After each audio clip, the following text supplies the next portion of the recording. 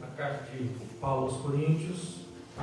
Na sexta-feira anterior, na sexta-feira passada, nós tivemos lá em trocamento, né? Um culto que teve lá.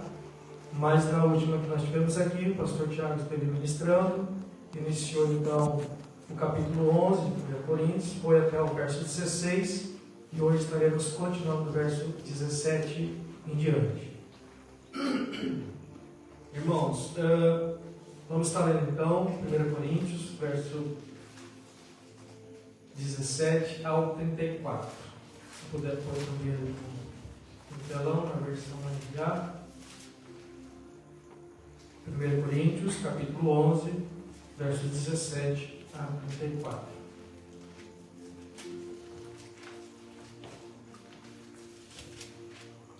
Essa carta, irmãos, se a gente fosse falar a divisão dela por capítulos, mas como uma carta extensa, falando-se sobre vários assuntos, e aqui então entra uma seção que fala sobre a prática de cultos. Então, são falados vários assuntos aqui, e agora nessa sessão, capítulos 11, 12 e 13, Paulo vai ministrar esse povo, a igreja lá de Corinto, sobre algumas práticas de culto.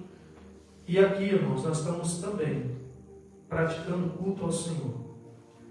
Você veio à casa do Senhor para estar prestando um culto racional ao Senhor. Você e eu não viemos aqui obrigados. Você e eu viemos aqui de livre e espontânea vontade. Você e eu viemos aqui não para estar, como a gente possa dizer, bater o carimbo, né? Como uma empresa, você vai lá e carimba a sua ficha, ou você bate o seu ponto. Não. Você veio aqui para estar aprendendo da palavra do Senhor, e é o tema que nós usamos aqui, culto de ensino da palavra, que seja, irmãos, algo que vale a pena, que valha a pena. Que não seja algo como uma rotina somente, que não seja algo apenas por eu não ter onde ir na sexta-feira, se bem que podia ficar em casa, mas nós escolhemos estar aqui. Se escolhemos estar aqui, estamos aqui para prestar um culto. Aqui nós temos a revelação da palavra do Senhor no que diz respeito às práticas de culto, conforme os princípios que Deus tem estabelecido ao homem, para que haja então essa ligação. Enquanto aqui estivermos, essas práticas tenham então peso espiritual, para que a herança, a promessa, o galardão que foi preparado para cada um de nós tomamos posse. Então, irmãos, nunca pense, lá vou mais uma vez naquela igreja, vou lá mais uma vez ouvir aquele pastor. Não, irmãos, eu vou lá para ouvir a palavra de Deus. O pastor é apenas um instrumento que Deus escolheu, mas a palavra é o Senhor, a palavra é viva, é eficaz. Então, tome posse da palavra do Senhor em nome de Jesus. Então diz assim, 1 Coríntios 11, 17 e 34, nisto, porém, que vos prescrevo, não vos louvo, porquanto vos ajuntais não para melhor, e sim para pior. Porque antes de tudo estou informado a haver divisões entre vós, quando vos reunis na igreja, e eu, em parte, o creio. Porque até mesmo importa que haja partidos entre vós, para que também os aprovados se tornem conhecidos em vosso meio. Quando, pois, vos reunis no mesmo lugar, não é a ceia do Senhor que comeis. Porque ao comerdes, cada um toma antecipadamente a sua própria ceia, e há quem tenha fome, ao passo que há também quem se embriaga. Não tendes, porventura, casas onde comer e beber? Ou menosprezais a igreja de Deus e envergonhais os que nada têm? Que vos direi? Louvar-vos-ei nisto? Louvar-vos-ei? Nisto certamente não vos louvo. Porque eu recebi do Senhor e também vos entreguei, que o Senhor Jesus, na noite que foi traído, tomou o pão e, tendo dado graças, o partiu e disse: isto é meu corpo, que é dado por vós, fazei isso em memória de mim. Por semelhante modo, depois de haver ceado, tomou também o cálice, dizendo: este cálice é a nova aliança no meu sangue. Fazei isso todas as vezes que beberes, em memória de mim. Porque todas as vezes que comeres desse pão e beberes o cálice, anunciais a morte do Senhor, até que Ele venha. Por isso, aquele que comer o pão ou beber o cálice do Senhor indignamente, será réu do corpo e do sangue do Senhor. Examine-se, pois, o homem a si mesmo, e assim coma do pão e beba do cálice. Pois quem come e bebe sem discernir o corpo, come e bebe juízo para si. Eis a razão, porque há entre vós muitos fracos e doentes, e não poucos os que dormem. Porque se nos julgássemos a nós mesmos, não seríamos julgados. Mas quando julgados, somos disciplinados pelo Senhor, para não sermos condenados com o mundo. Assim, pois, irmãos meus, quando vos reunis para comer, esperai uns pelos outros. E se alguém tem fome, come em casa, a fim de que não vos reunirdes para juízo. Quanto às demais coisas, eu as ordenarei quando for ter convosco. Amém? Então, até aqui, nós temos aqui Paulo trazendo mais uma vez uma exortação à igreja do Corinto, no que diz respeito a essas práticas. E aqui no começo do capítulo 11, ele fala também sobre algumas tradições ou usos e costumes, que assim a gente pode falar hoje, né, que havia então naquela época. Mas ele frisa muito bem a respeito de que essas tradições, essas práticas que eram pertinentes à igreja, a cada igreja naquela época, essas práticas não poderiam ferir os princípios elementares da nossa fé no Senhor. São princípios, irmãos, aos quais nós, conhecendo, devemos estar praticando, pois são mandamentos, ordenanças do Senhor, para que haja então esse livre acesso ao Senhor através da obediência. Eu quero frisar com irmãos aqui princípios espirituais imutáveis. Aqui a Marli comentou no versículo que ela leu aqui, no texto que ela leu, sobre uma situação, né, onde o povo de Deus, ao tomar posse da terra prometida, iria também provar daquilo que nós chamamos de bênçãos materiais. E essas bênçãos materiais, falava-se muito sobre comida. Falava aqui, né, nesse texto, sobre comer, se alimentar, se abastar, de ter bastante, de ter essas posses, mas tendo essas posses provindas do Senhor, era dado então um aviso ou um alerta: vocês vão receber bastante, vocês podem estar recebendo bastante, mas não esqueçam de quem tem vindo: o nosso Deus, aquele que supre as nossas necessidades e aquele que dá além daquilo que nós às vezes pedimos e pensamos. É de Deus que vem. E não venhamos a voltar as costas ao Senhor por já termos as nossas vontades, né, sendo supridas, aquilo que eu queria está sendo suprido, e agora eu não preciso mais de Deus. E há uma alerta sobre isso. E aí entra um princípio, e esse princípio, nós vamos colocar alguns pontos aqui sobre princípios imutáveis. Um dos princípios que o Senhor nos ensina através desse texto é sobre gratidão. Você tem sido grato a Deus? Você tem sido grato a tudo que o Senhor já te deu? Ou você tem sido grato naquilo que você ainda não recebeu do Senhor? Porque se você não recebeu ainda algo que você esperava, é porque Deus está te preparando para te dar ainda.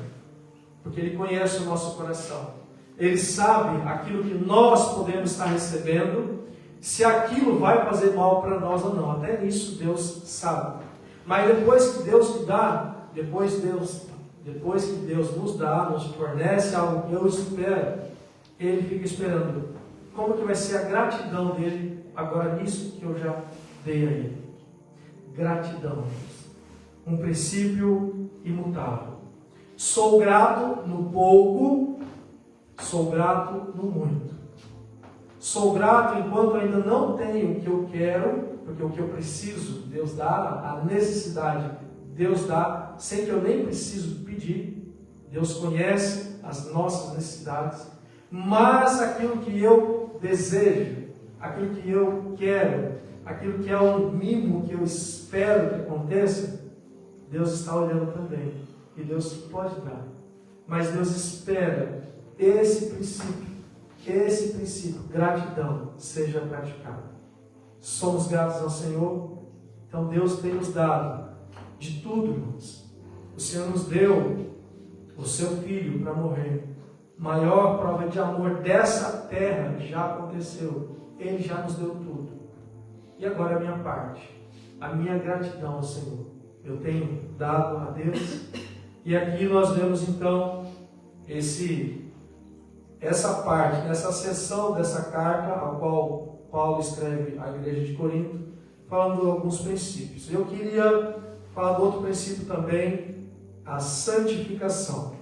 Quando nós voltamos lá para trás, e eu queria que vocês me ajudassem também, Davi, por gentileza, 1 Coríntios, no capítulo 1, lá no verso 2, 1 Coríntios 1, 2,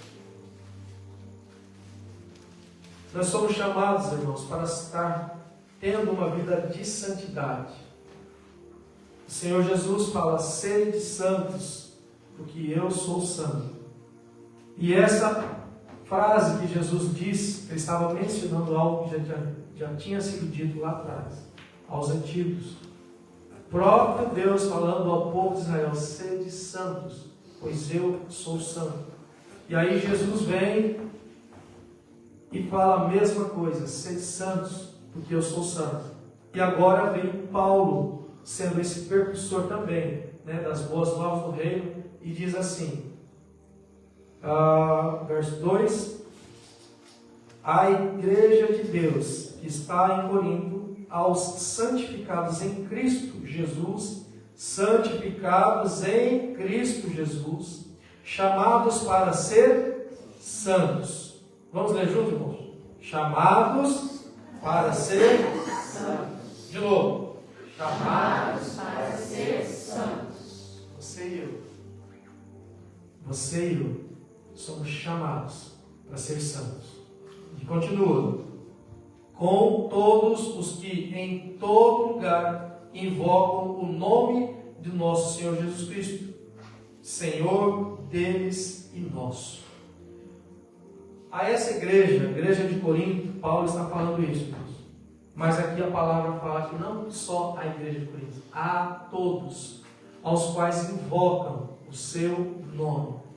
Quando nós usamos esse nome, o nome de Jesus, e quando nós buscamos andar numa vida de santidade, ou seja, abandonar as práticas do velho homem, deixar o pecado, deixar as tentações e procurar servir ao Senhor, ouvindo e obedecendo a sua palavra, nós estamos sendo santificados. A igreja do Senhor é uma igreja santificada. O nosso Jesus morreu para que nós fôssemos santificados nele. Eu não vou ser santificado por minhas obras. A palavra deixa bem claro isso. Não são por obras. E também a palavra nos fala, irmãos, que nós não escolhemos Ele. Ele que nos escolheu. E isso não vem de nós, né? É dom de Deus. Então essa graça, esse amor, esse cuidado de Deus para conosco, na pessoa de Jesus Cristo. Então aqui Paulo está no começo dessa carta já falando, você e eu fomos chamados para esse princípio também. Gratidão, santificação. Quero também, irmãos, mencionar com os irmãos um outro princípio, obediência. Quando nós falamos sobre esse princípio, eu quero usar aqui o termo princípio espiritual imutável. Esse princípio da obediência, nós temos na pessoa de Jesus Cristo o nosso maior exemplo de todos. Jesus Cristo, obedecendo à voz do Pai, em onde Deus, no seu propósito, está resgatando a humanidade para Ele, pois o homem se perverteu, o homem se corrompeu. Desde Adão, esta herança veio para toda a humanidade, e Deus, no seu imenso e eterno amor, tentando reconciliar-se com o homem, Deus então estipulou esse projeto. Você, meu filho, vai descer lá, vai se colocar na posição de homem também, vai viver o que o homem vive, vai sofrer o que o homem sofre, e você vai anunciar do meu amor para esse povo, anunciar desse meu amor para esse povo. E Jesus veio, irmãos, e Jesus obedeceu. Jesus obedeceu. Sabe o que Jesus fez? Quando ele pisou nessa terra, ele não usurpou o querer ser igual a Deus aqui nessa terra. Ele tinha toda a glória, e tem agora, né? Toda a glória, todo nome, né? Todo joelho vai se dobrar e vai confessar que só Jesus Cristo é o Senhor. Jesus Cristo está lá de volta. Mas ele deixou tudo aquilo, e ele veio aqui, pisou nessa terra, abdicou, abandonou tudo aquilo, sofreu, padeceu, e ele fez, irmãos, em obediência, por mim e por você, em prova de amor, ele obedeceu. Como eu já disse, eu quero mencionar mais uma vez, de que quando Jesus teve a opção de escolher, ele mesmo falou: Senhor Deus, se possível, passa de mim esse cálice, mas que não seja feita a minha vontade, mas a tua. Isso aqui, irmãos, é um princípio sendo restabelecido com Deus, um princípio sendo mostrado para nós: obediência. Obediência. E aqui Paulo também, irmãos, sendo este que foi chamado pelo próprio Jesus, aquele que era um perseguidor da igreja, teve encontro, né, onde houve uma teofania, onde o Senhor se manifestou a ele através de uma luz. Ele caiu prostrado, com medo de tudo aquilo, e aí aquela voz veio para ele: Paulo, ou Saulo, né? Saulo, por que você me persegue? Esse Jesus, irmãos, esse Jesus, por que você me persegue? Paulo estava perseguindo quem? A igreja. Quem é a igreja, irmãos? Nós, eu e você. Eu e você. E aqui, este Paulo sendo chamado, aí houve uma frase, né, que o próprio Senhor falou: ele vai entender o quanto é padecer, o quanto é sofrer, em favor do meu nome. Esse Jesus sofreu, mas em obediência. E aqui nós vemos Paulo e as experiências que Paulo conta, de tudo aquilo que ele passou, a carreira que foi proposta a ele, ele seguiu, foi até o fim. Tantas perseguições, açoites, naufrágios, prisões, ele perseverou, ele foi obediente. E aqui nesse texto, onde fala da Santa Ceia, ele fala: porque eu recebi, agora estou passando. As instruções do próprio Jesus sendo dadas a ele obedeceu. E agora eu e você, irmãos, agora é a nossa vez. Você e eu estamos agora nesse tempo para estarmos sendo estes que anunciem a glória de Deus, anunciem o evangelho da salvação. Paulo foi obediente, e tantos outros apóstolos e servos da igreja do Senhor naquela época. Agora a igreja do Senhor somos nós. Princípio de obediência: vou obedecer, vou estar levando esse evangelho, ou vou querer uma vida de bonança aqui nessa terra? Irmãos, não é fácil. A Marli contando do testemunho dela, né? Foi ver lá o imóvel, e a pessoa do prédio e as pessoas do prédio falaram tom de voz agressivo com elas. Ela teve que falar: olha, você está gritando comigo, eu não te conheço. Você está gritando conosco, eu não te conheço. E a pessoa revoltada. Irmãos, é um inimigo, é perseguição. Estamos vivendo tempos de perseguição. Agora, eu vou continuar sendo obediente, mesmo no meio da aprovação. Eu vou continuar sendo obediente, mesmo em meio da prova. Sim ou não? Esses homens que foram mencionados na palavra passaram por provas, e provas até mesmo enfrentando a morte. Estaremos sendo obedientes de face à morte? É o que o Senhor nos chama. Princípios, esses princípios espirituais que são imutáveis para nós, inegociáveis. Não vou negociar princípio, não vou negociar princípio de gratidão, não vou negociar princípio de santidade, não vou negociar princípio de estar sendo obediente ao Senhor. Não negocie, não negocie. São imutáveis. Em nome de Jesus. Outra situação aqui também, irmãos. Eu quero agora voltar lá no capítulo 11 de 1 Coríntios, no verso 1. Paulo aqui, na verdade, esse capítulo 11, nessa divisão que nós usamos, né? Ainda é o verso 1 que seria do capítulo 11, faz parte de um pensamento que Paulo estava passando no capítulo 10, né? Mas ele fala assim: sede meus imitadores, como também eu sou de Cristo. Esses princípios, irmão, o princípio de obediência, o princípio de estarmos ouvindo a voz do Senhor, o princípio de estarmos sendo esses que anunciem a palavra, as boas novas, é mandamento do Senhor para conosco. Paulo falou: sede meus imitadores. Se eu fosse perguntar para vocês assim, né? Levanta a mão, quem pode dizer essa frase para outras pessoas? Imitem o que eu estou fazendo, porque eu estou fazendo exatamente o que Cristo fez. Às vezes a gente fica pensando, se o pastor pedir para levantar a mão, vai complicar o meu lado. Porque eu não tenho feito a obra de Cristo.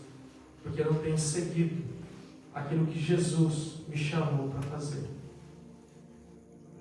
Não tenho sido obediente. Não tenho sido este que possa dizer: sede meus imitadores. A pessoa que está do meu lado: olha, eu estou seguindo a Cristo. Vem, segue também junto comigo.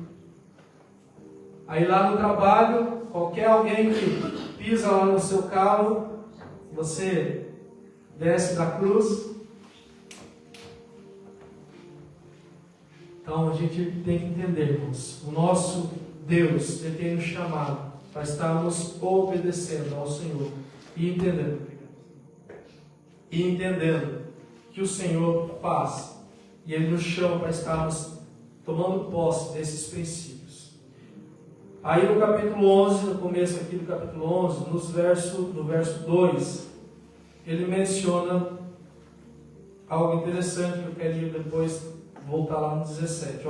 No 11:2 fala assim: de fato, eu vos louvo, porque em tudo vos lembrais de mim, retendes as traduções, assim como vou-las entreguei.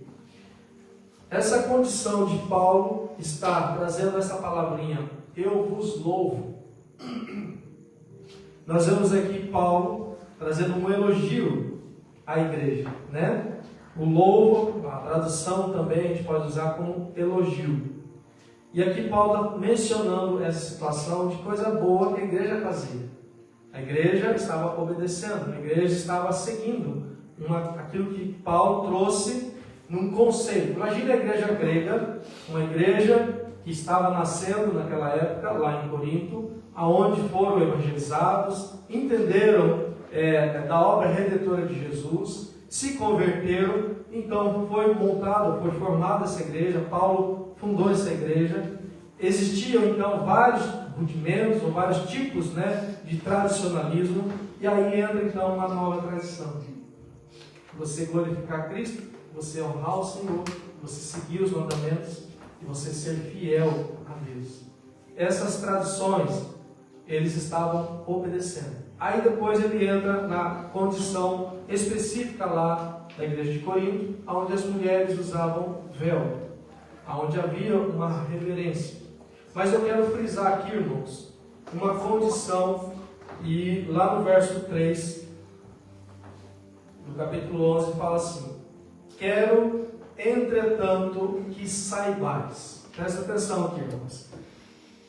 Quero, entretanto, que saibais que ser Cristo o cabeça de todo homem, o homem o cabeça da mulher e Deus o cabeça de Cristo.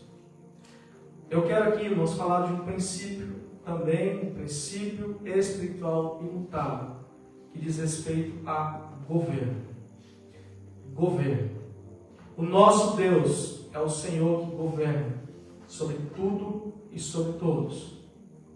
O nosso Senhor Jesus Cristo, quando veio a essa terra, ele entendeu esse princípio de governo, pois ele obedeceu ao Senhor e veio aqui para falar: eu, Jesus, serei o Rei dos reis e o Senhor dos senhores.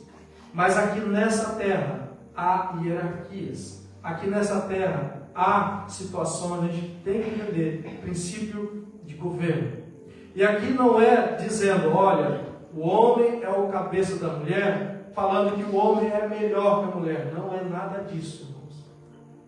É um princípio onde nós entendemos que há uma missão sendo nos dada. Homem de Deus, você tem uma missão aqui nessa terra, de estar anunciando a Cristo.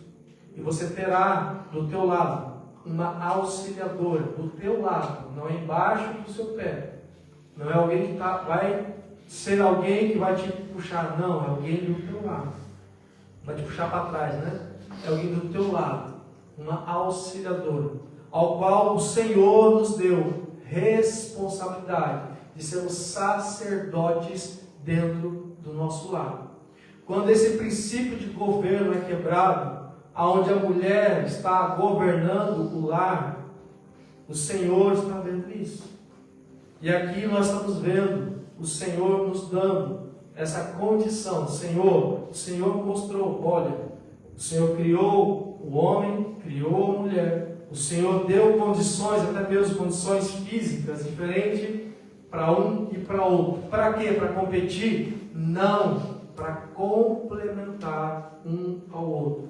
Entendendo que o homem é o cabeça do lar. Entendendo que Jesus Cristo é aquele que está acima de nós. Entendendo que o nosso Deus, o soberano Senhor, estabeleceu estas regras e leis eternamente. Princípio de governo é algo que nós também devemos entender.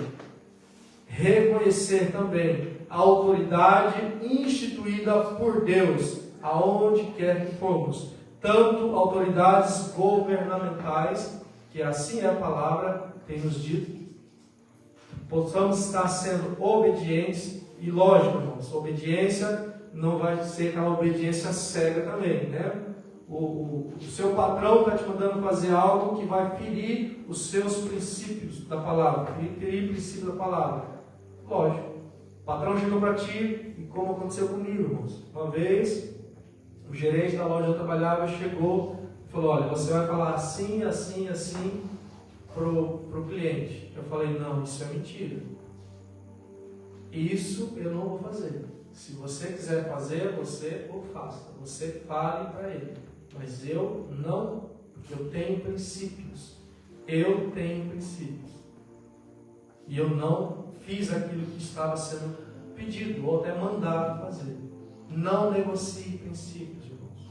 Mesmo reconhecendo uma autoridade, você tem que entender que essa autoridade tem que estar dentro daquilo que a palavra nos dá como regras, ordenanças, princípios também.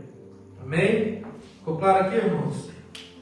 Então, para a gente estar tendo agora essa introdução, né, ao capítulo 11, e agora vamos falar no 17. Quando é falado, então, eu vos louvo, né? No verso 2, Paulo fala: eu vos louvo por aquilo que vocês têm feito em seguir as tradições às quais foram ensinadas. Agora no verso 17 fala ao contrário: nisto, porém, que vos prescrevo, não vos louvo, porquanto vos ajuntais não para melhor, mas para pior. Então, essa palavrinha, não vos louvo, e eu quero fazer uma tradução aqui dessa palavra, louvor.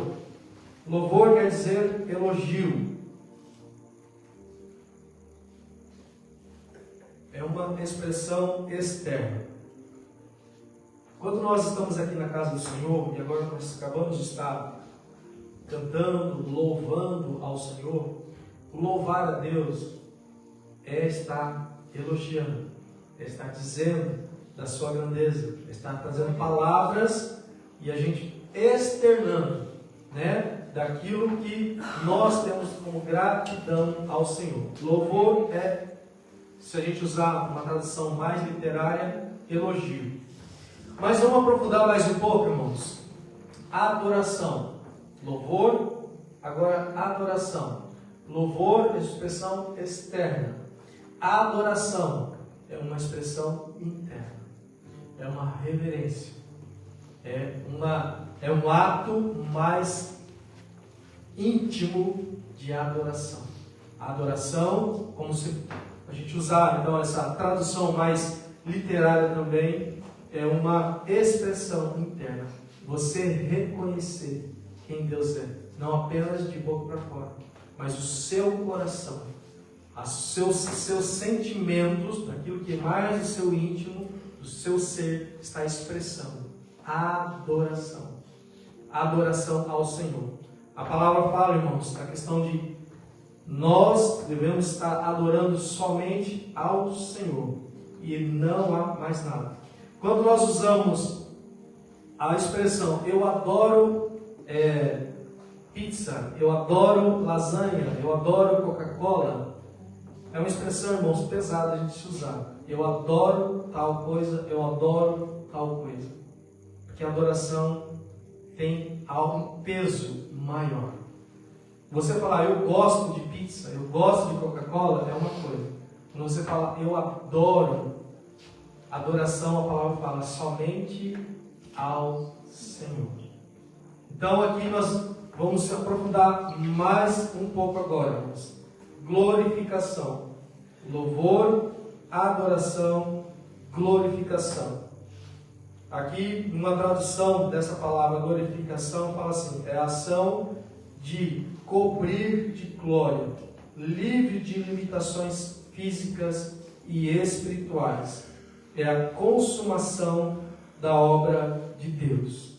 Quando nós falamos, que nós estamos glorificando ao Senhor, o glorificar a Deus não depende mais de condições físicas ou espirituais.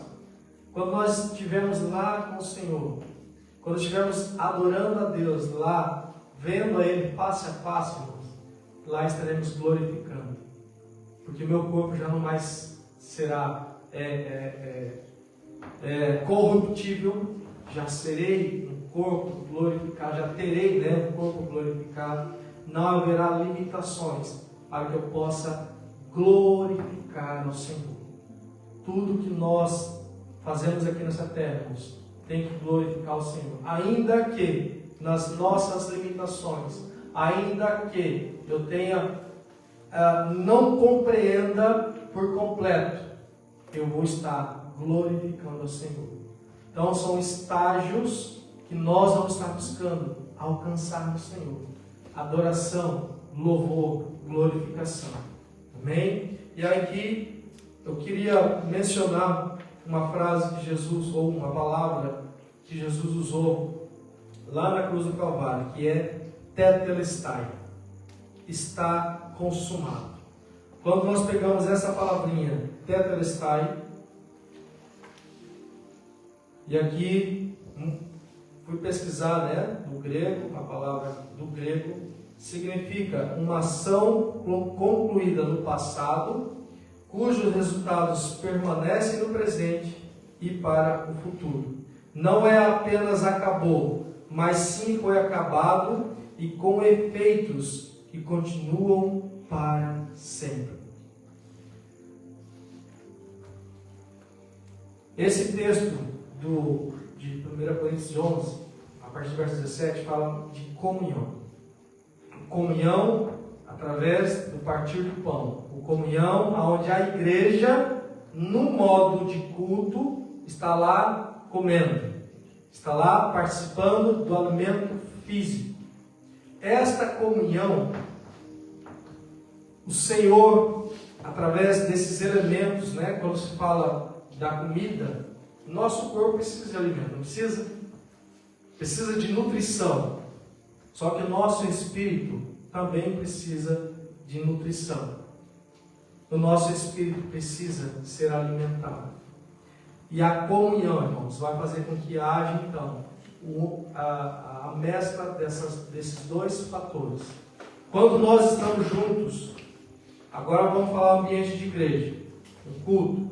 Eu vim na casa do Senhor, vou estar lá junto com o povo de Deus para adorar ao Senhor junto. Lá estarei tendo comunhão. E na comunhão, quando nós estamos ouvindo a palavra de Deus, temos também depois, né, os nossos momentos de convívio, nós estaremos praticando, irmãos. Além dessa condição, né, de alimentar o nosso físico, o nosso espírito é fortalecido através da comunhão. Quando a igreja nasceu, né, quando a igreja primitiva, que nós chamamos, o prazer da igreja, irmãos, era ter comunhão. Eles partiam, até mesmo os bens que eles tinham, eles repartiam entre si. E havia comunhão plena. Por que eu estou falando aqui de comunhão, irmãos? Quando Jesus morreu lá na cruz e falou, Tetelestai, está consumado. Está consumado o projeto de Deus para a humanidade, para a comunhão entre Deus e o homem. Está consumado, está acabado. E esse acabado não é aquele ato que foi lá no passado. Não, um ato que é eterno, permanece para sempre. Está consumado, Jesus não vai morrer mais. Está consumado, a comunhão entre Deus e o homem, ou o homem e Deus, foi restaurada através desse ato. A comunhão é para estarmos tendo, irmãos, sempre. Uma igreja que se reúne, uma igreja que anda em comunhão, nós estamos dizendo, está consumado. O ato de Deus para com o homem, esta ligação, a comunhão que Deus quer ter com o homem. Assim como lá no jardim do Éden, havia comunhão, e essa comunhão próprio Deus, que se manifestava para Adão e Eva, toda a viração do dia. Essa comunhão foi quebrada através do pecado. Mas Deus quer restaurar, irmãos. O Senhor fez com que através da nova e eterna aliança, por meio de Jesus, agora nós temos essa comunhão. E nós vamos falar aqui um pouquinho sobre uma cerimônia que nós fazemos, para que nós venhamos a selar esse memorial que nós fazemos, para que tenhamos essa comunhão plena com o Senhor, que é a Santa Ceia. Comunhão para quê? Quando o verso 17b fala assim, não vos louvo quando vos ajuntais, não para melhor, mas para pior. Essa comunhão que eles tinham, e aqui Paulo trazendo uma exortação da maneira que eles se ajuntavam, era para dar escândalo, infelizmente.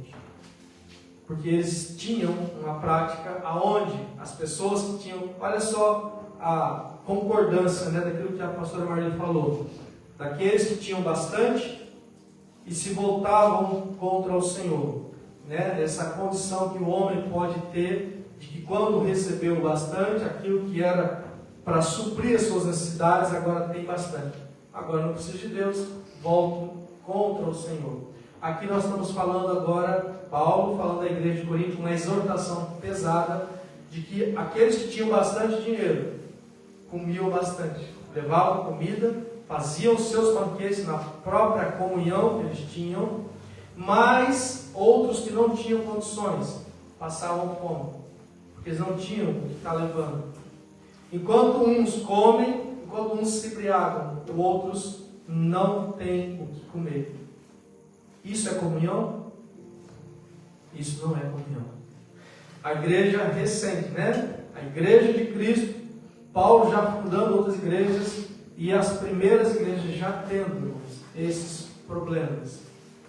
Aonde não há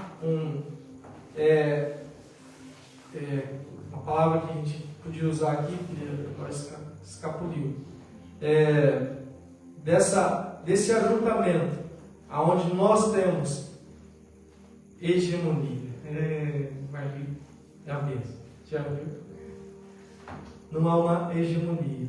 Onde eu entendendo que eu tenho bastante, eu posso ajudar outro, e eu não faço. Isso não é comunhão. E o Senhor tem nos dado, então, essa palavra, Paulo exortando esse povo. Eu quero aqui mencionar um exemplo de comunhão, onde nós temos duas opções. Você é chamado, imagine você e eu, vou me colocando também aqui, para uma festa. Fui convidado para ter uma comunhão através de uma festa de aniversário.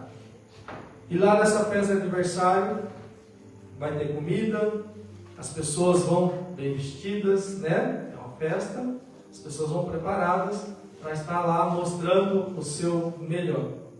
As pessoas estão lá juntas, ambiente de alegria, vai ter algumas piadas, e aí pode até entrar algumas piadas que não sejam tão boas. Também pode acontecer nesse ambiente de festa, as mulheres, né, ou os homens também, de estarem tendo as panelinhas, vai estar tendo fofoca e isso aqui. Fui convidado para o ambiente para a comunhão, uma festa de aniversário. Agora, recebo um outro convite, outro tipo de convite, para a comunhão também. Só que eu fui convidado para, no momento de intercessão no monte. Eu tenho agora duas opções de escolha. Fui convidado ou para uma festa, agora fui convidado para ir orar no monte. O que tem lá no monte?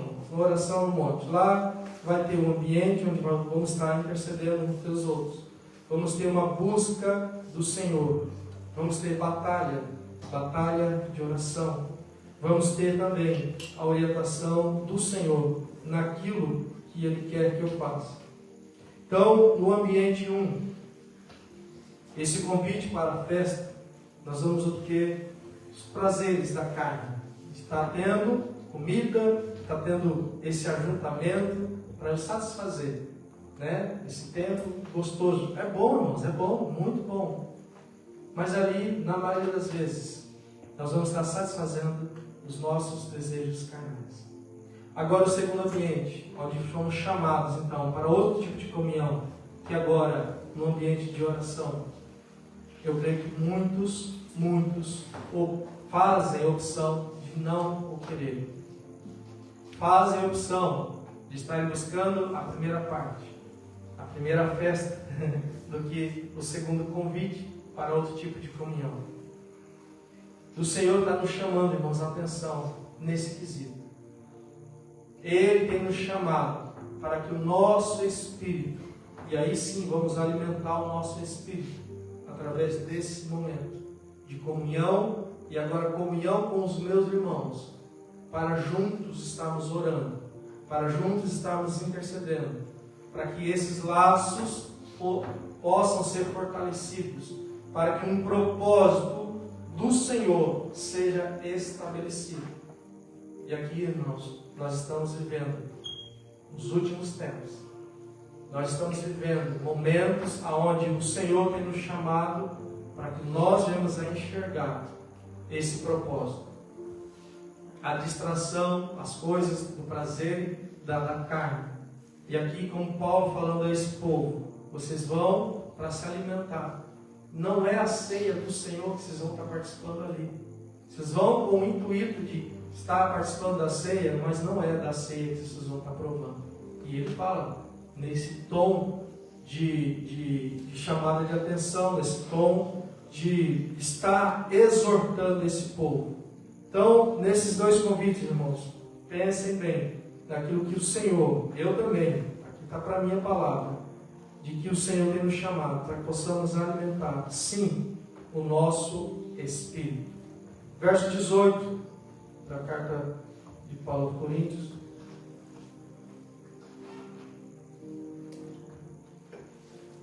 há entre vós divisão. Eu queria só frisar isso. Porque, antes de tudo, estou informado de haver divisões entre vós quando vos reunis na igreja. Davi, põe para mim na versão King James. Está ali, quando vós reunis na igreja. O que está dizendo ali? Quando vos reunis como igreja. Olha só, duas traduções. Tradução da Revista Atualizada, Almeida, tradução da King James. Quando se fala na igreja, ou quando se fala como igreja, a gente pode interpretar duas coisas bem diferentes. Quando nós falamos na igreja, irmãos, o que é a igreja? É esse edifício aqui?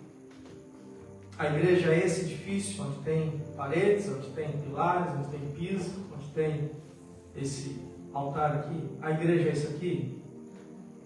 Quando fala-se na igreja, irmãos, quando vos reunis na igreja, está se falando comunhão, está se falando esse ajuntamento, está se falando no corpo místico do Senhor, a igreja. A igreja, Jesus tem falado muitas vezes de que Ele é o cabeça e nós quem? A igreja, nós o corpo. E o corpo tem que estar bem ajustado. O corpo não pode estar andando com um braço para lá, uma perna para um lado, o tronco. Não. O corpo tem que estar ligado, tem que estar junto. O corpo não pode estar doente. O corpo tem que estar em suas faculdades, de funcionamento, tudo certo. O corpo, quando um membro sofre, ou um membro se magoa, todo o corpo sente a dor. Quando nós nos reunimos como igreja, irmãos, nós vamos sentir a dor um do outro. Nós vamos sentir a alegria um do outro. Essa comunhão é para que nós venhamos a nos aperfeiçoar. Um corpo que não é tratado, um corpo que não faz exercício, um corpo onde não se alimenta bem, um corpo quando não dorme bem, um corpo vai estar sofrendo. Então há condições para que o corpo permaneça bem, firme. E agora eu fico falando na questão espiritual. Nós, igreja espiritual, o corpo de Cristo, precisamos estar bem. Como que podemos estar bem? Tendo comunhão, fazendo manutenção. E agora, irmãos, eu quero aqui também, o Senhor trazendo essa exortação ao povo de Corinto, de que esse povo se reúne, mas não há comunhão, há divisão. E há muita divisão, irmãos, ainda acontecendo nas igrejas. Aonde eu vou para a igreja, mas eu vou ficar no meu cantinho. Vou lá, participo do culto, levanto e vou embora. Vou lá, participo do culto. Se der certo, eu dou paz de ser pastor e vou embora. Vou lá, participo do culto. Irmãos, isso é ser igreja. Igreja é, estou ali para ajudar na manutenção do corpo. Eu vou estender a minha mão. Eu vou estar aconselhando alguém que precisa. Eu vou estar prestando os meus ouvidos a alguém que precisa desabafar algo. E vou aconselhar isso. Eu vou estar contribuindo naquilo que essa pessoa está precisando. Isso é ser igreja. Isso é ser comunhão. Isso é estar andando unido. Aqui essa igreja de Corinto não estava passando por isso. Por isso foi necessário esta exortação. Igreja do Senhor, entenda, o nosso Deus nos ama e Ele quer uma igreja restaurada lá na glória. Ele não quer uma igreja dividida. A igreja dividida não vai alcançar o reino dos céus.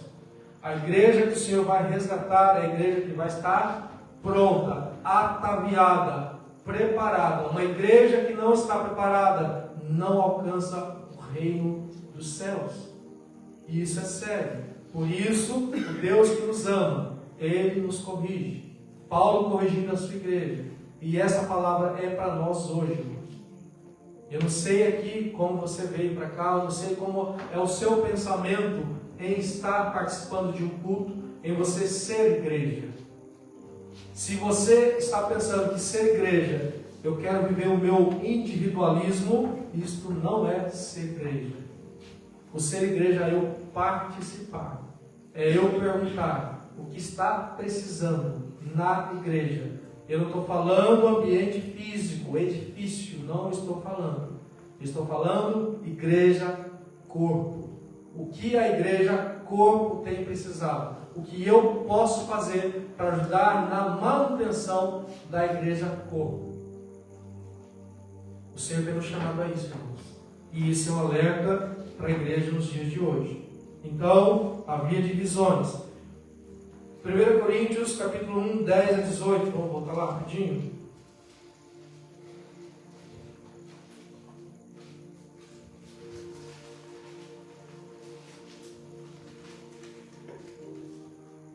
Pode deixar na RA, por favor.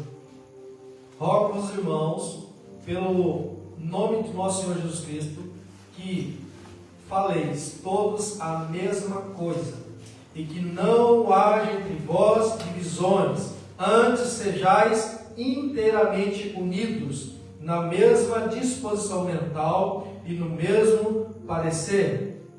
Até o 18. Vou estar lendo rapidinho aqui, né? Pois, a vosso respeito, meus irmãos, fui informado pelos da casa de Cloe que há contendas entre vós. Refiro-me ao fato de cada um de vós dizer: eu sou de Paulo, eu sou de Apolo, eu sou de Cefas, eu de Cristo. Acaso Cristo está dividido? Foi Paulo crucificado em favor de vós? Ou fostes, porventura, batizados em nome de Paulo? Dou graças a Deus, porque a nenhum de vós batizei, exceto Crispo e Gaio, para que ninguém diga que fostes batizados em meu nome. Batizei também a casa de Estéfanas. Além destes, não me lembro se batizei algum outro. Porque não me enviou Cristo para batizar, mas para pregar o Evangelho, não como sabedoria de palavra, para que se não anule a cruz de Cristo. Certamente a palavra da cruz é loucura para o que se perde, mas para nós que somos salvos, poder de Deus. Na igreja de Cristo, o nosso cabeça, ele vai estar olhando esse corpo. Cristo não está dividido, Cristo não tem várias cabeças, Cristo é um, o nosso Deus é um. E Ele quer restaurar o seu povo, Ele quer restaurar a sua igreja. O corpo de Cristo não pode estar dividido.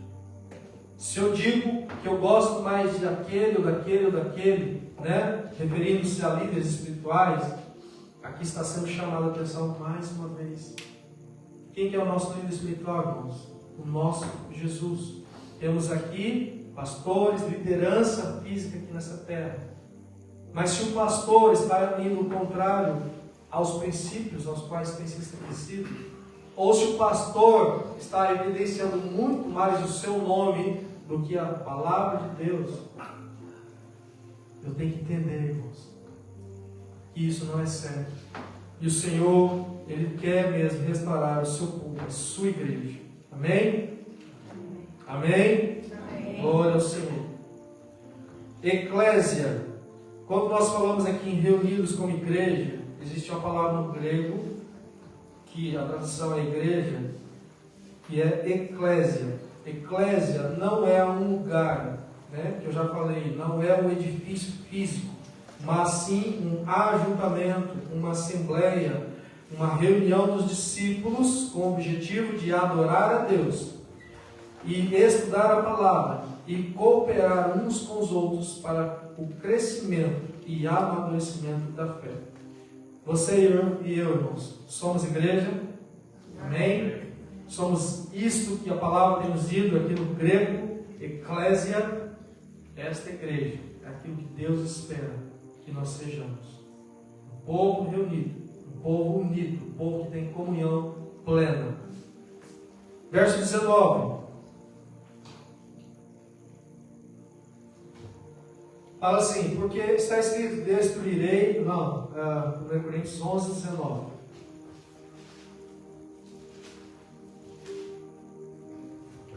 Porque até mesmo importa que haja partidos entre vós, para que também os aprovados se tornem conhecidos no vosso meio.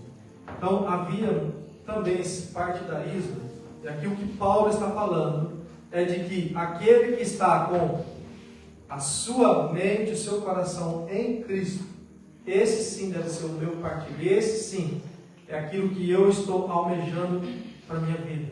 Por quê, irmãos? Existem provações aos quais, no meio da comunhão, vai ser provado aquele que está disposto a contribuir para o reino, sendo igreja, ou aquele que vai estar sendo partidarista, aquele que vai estar querendo usar o seu próprio nome para crescer, ou querendo evidência. Isso também é pecado, irmãos. Quando uma pessoa está elogiando aquele que está ministrando, ou aquele que está, se destacando, e a pessoa vai adorar, vai, elogiar, isso não é bom, irmãos. Aquilo que Deus usou, o servo de Deus que foi usado aqui, você sim, olha, foi bênção, mas foi Deus, a glória é para o Senhor. Quando nós estamos sendo usados pelo Senhor, irmãos, e aí vem aquela coisa, olha, tá legal isso, é brecha do maligno. Glorifique a Deus. Olha, que o nome do Senhor seja glorificado. Eu fui usado, amém. Mas que o nome de Deus seja glorificado em tudo. Então, esses aprovados se tornem conhecidos. E agora, verso 20 e 22. Fala assim: quando, pois, vos reunis no mesmo lugar, não é a ceia do Senhor que comeis.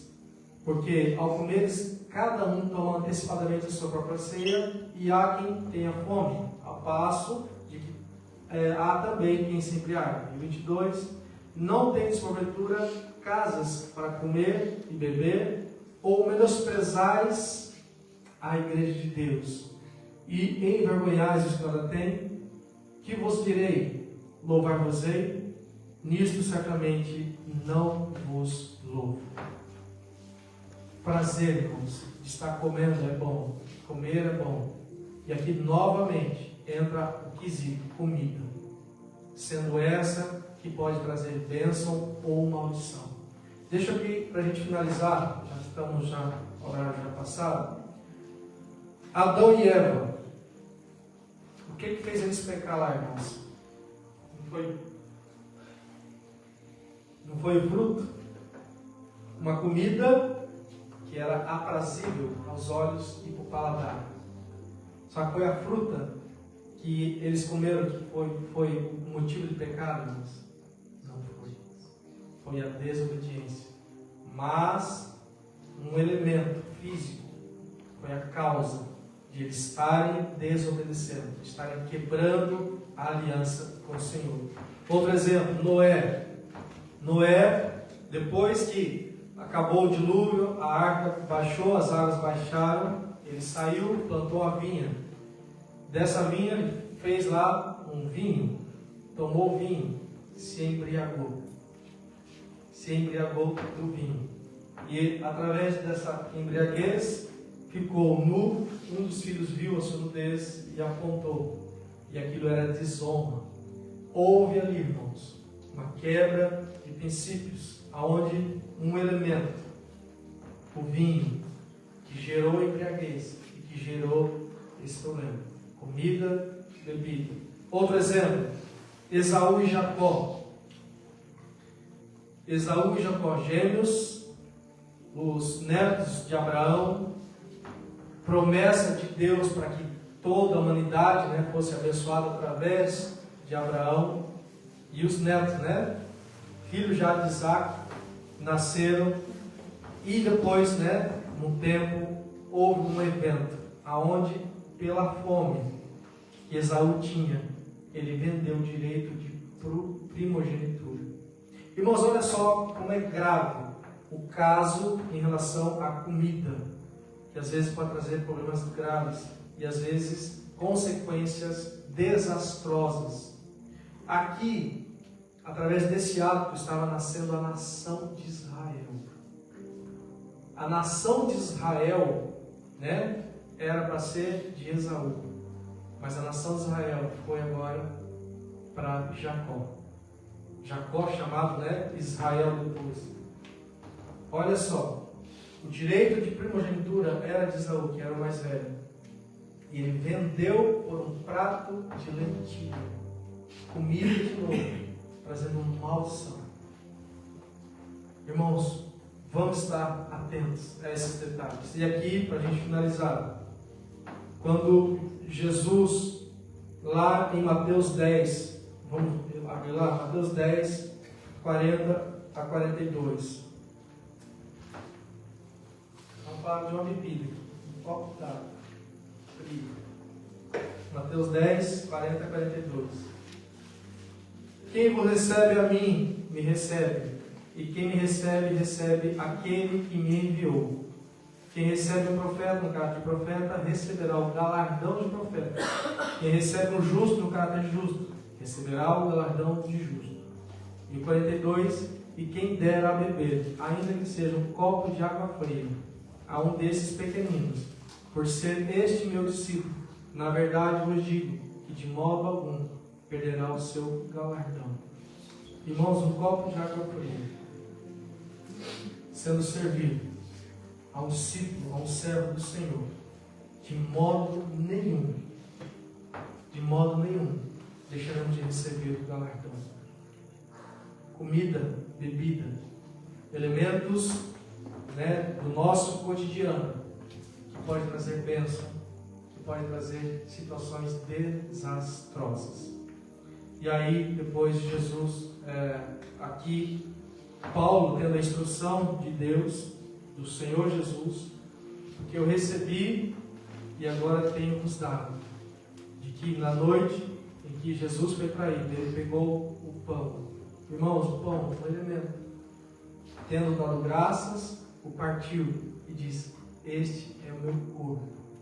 O pão, este é meu corpo, que é meu. É um memorial sendo estabelecido ali, irmãos, aonde o marco, onde muda toda a história da humanidade, daquilo que a obra que Jesus iria fazer, ele vai morrer depois.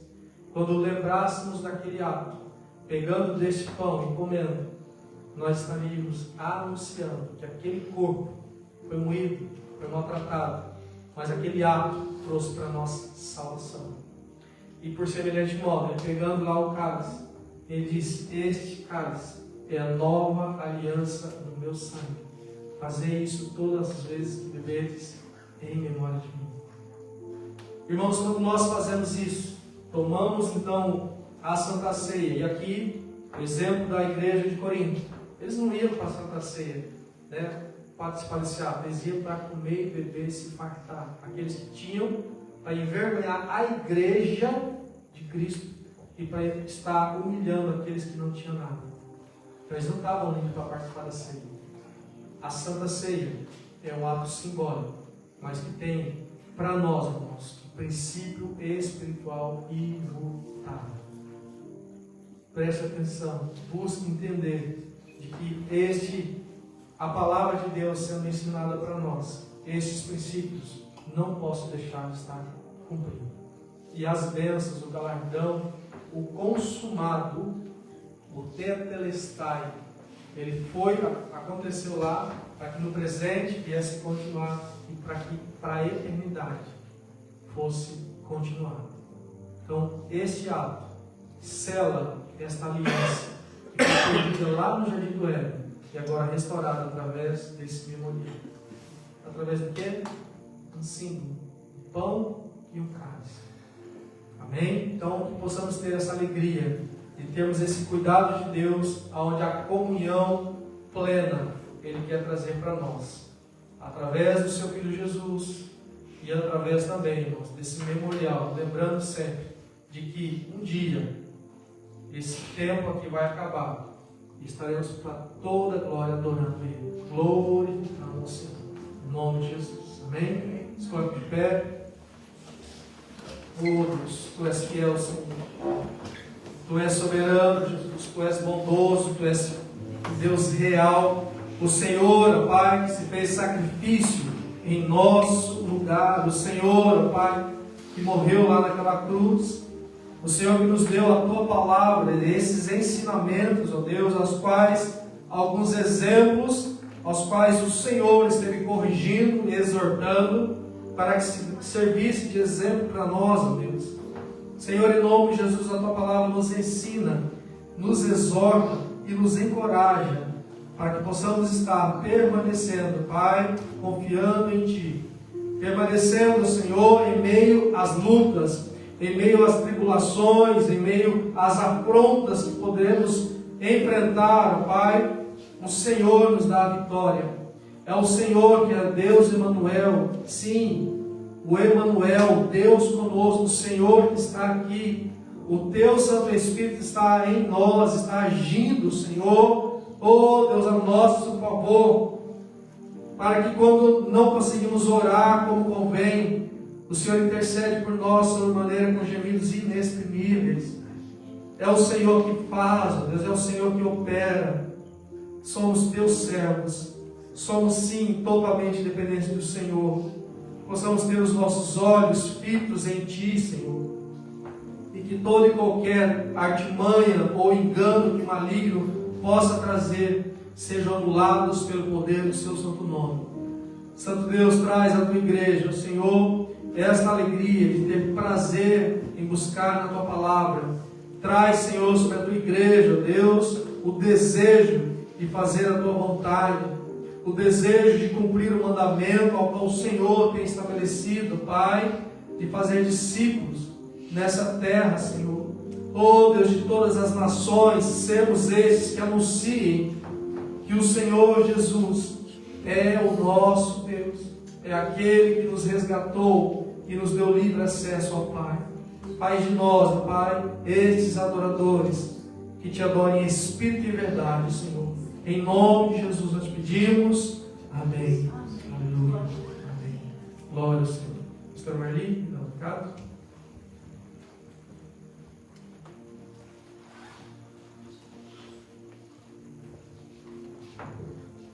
Amém. Queridos, amanhã, às 9h30, nós vamos estar tendo o nosso Manhã com o Rei. Esse nome, o Senhor tem colocado no meu coração já faz um tempo, nós tivemos no ano passado, e a nossa intenção é ter várias vezes durante o ano, não só uma vez no ano, porque a mesa, lugar de comunhão, mesa é o lugar onde a gente traz os amigos, ainda que na mesa de Jesus, tinha lá o Judas, mas era Jesus o considerou um amigo, mesmo ele fazendo o que fez. Então, eu tenho sempre isso no meu coração, que a mesa é o lugar dos amigos, e nós não nos assentamos, como pregado hoje aqui, não é a intenção nos reunir para o pior, mas nos reunimos para compartilhar as bênçãos, reunimos para glorificar a Cristo, testemunhar o nome de Jesus, e eu acredito que isso fortalece a nossa unidade no Senhor. Então amanhã 9h30 será servido café, depois teremos dinâmicas. O Senhor foi tão gracioso que algumas irmãs já adoram, até brindezinho, não estava muito nos planos, mas falava, vai ter brindezinho? É porque eu tenho aqui para doar. Eu falei, então agora vai ter, Então o Senhor está cuidando e a intenção não é para ficar só para nós, mas para chamarmos alguém de fora que às vezes tem dificuldade de vir assistir um culto, não entende, mas esse tempo de comunhão traz para perto. O Senhor também nos dá estratégia, porque ali vai ser pregada a palavra, vai ter conversa, e isso traz mais leveza às vezes e quebra barreiras, porque muitas pessoas têm barreiras por não nos conhecer, achar que nós somos muito esquisitos. Nós somos, mas não esquisito bom. Então isso quebra barreira e isso, nossa intenção é ganhar almas também. Logo à noite vai ter o fúzio aqui com os jovens, que é o nosso culto. Eita, tá vendo? Não, mas valeu, boa tarde, mas valeu. Vai ter o culto de jovens, pai, mãe, irmão, tem, porque nós ainda somos poucos jovens, ainda esse ano é ano de ganhar jovem, gente, pelo amor de Deus, não é muito jovem esse ano que passou, e é importante que às vezes o apoio dos adultos aqui também, isso motiva eles também, e é bom, é bênção, amém? É isso, domingo culto, às 18 horas, amém? as suas mãos assim. Que a graça do Senhor Jesus, o amor de Deus, nosso Pai, e as doces consolações do Espírito Santo estejam sobre todos hoje e para todos sempre. Todos dizem: Amém. Maranata. Ora vem, Senhor Jesus. Todos nós somos uma família.